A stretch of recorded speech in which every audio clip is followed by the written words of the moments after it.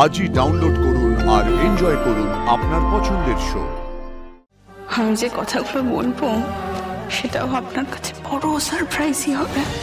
এতদিন মনে হচ্ছিল অনায়াসে তোমার বাবা মাকে বলে ফেলবো যে আমি তোমাকে বিয়ে করতে চাই। এখন বুঝতে পারছি যে ভাবা যতটা সহজ, বলাটা তার থেকে অনেক অনেক কঠিন। কিন্তু একবার বলে ফেলতে পারলে লুকোচুরি, বাধা, ঝঞ্ঝাট আর কিচ্ছু থাকবে না। তুমি তো এটাই চেয়েছিলে অপর্ণা। আমি তোমার কষ্ট কোনোভাবে সহ্য করতে পারি না, কিছুতেই নয়। তাই জন্যই তো হসপিটালে তোমার মুখের ওই করুণ অবস্থা দেখে আমি মুখ ফিরিয়ে নিয়েছিলাম। তুমি একবার আমার জীবনে চলে এলে আমি তোমাকে চোখের জল ফেলতে দেব না। যাই হয়ে যাক না কেন, কিছুতেই তোমার চোখের জল আমি ফেলতে দেব না, কিছুতেই নয়।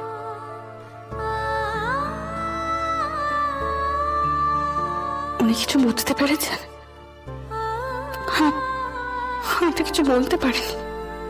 হয়তো উনি খুব অস্বস্তিতে আছেন। না বলা পর্যন্ত আমারও তো কষ্ট হচ্ছে। কালকে সব কথা বলতে পারবো নাকি? সবাই তো থাকবে। আমি কি সুযোগ পাবো ওনার সাথে আলাদা করে একটু কথা বলা? কিন্তু না বললেও যে নয়, স্যারের তো সবটা জানা দরকার।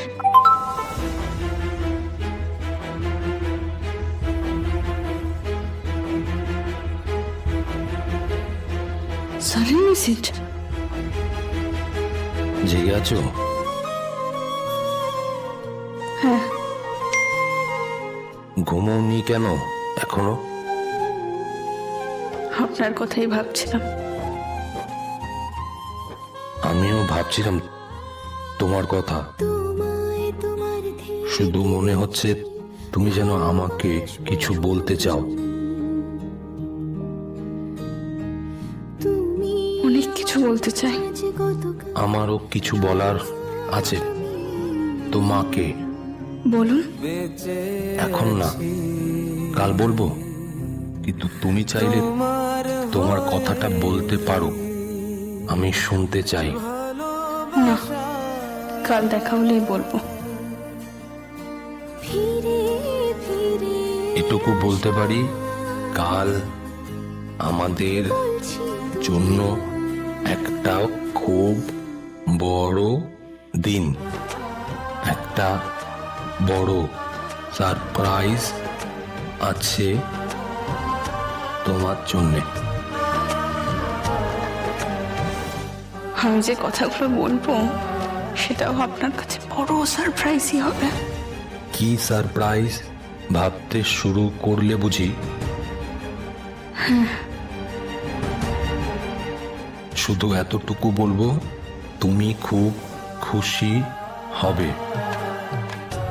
এনিওয়ে, আর কথা বাড়াবো না, ঘুমিয়ে পড়ো। শুভরাত্রি। Good night.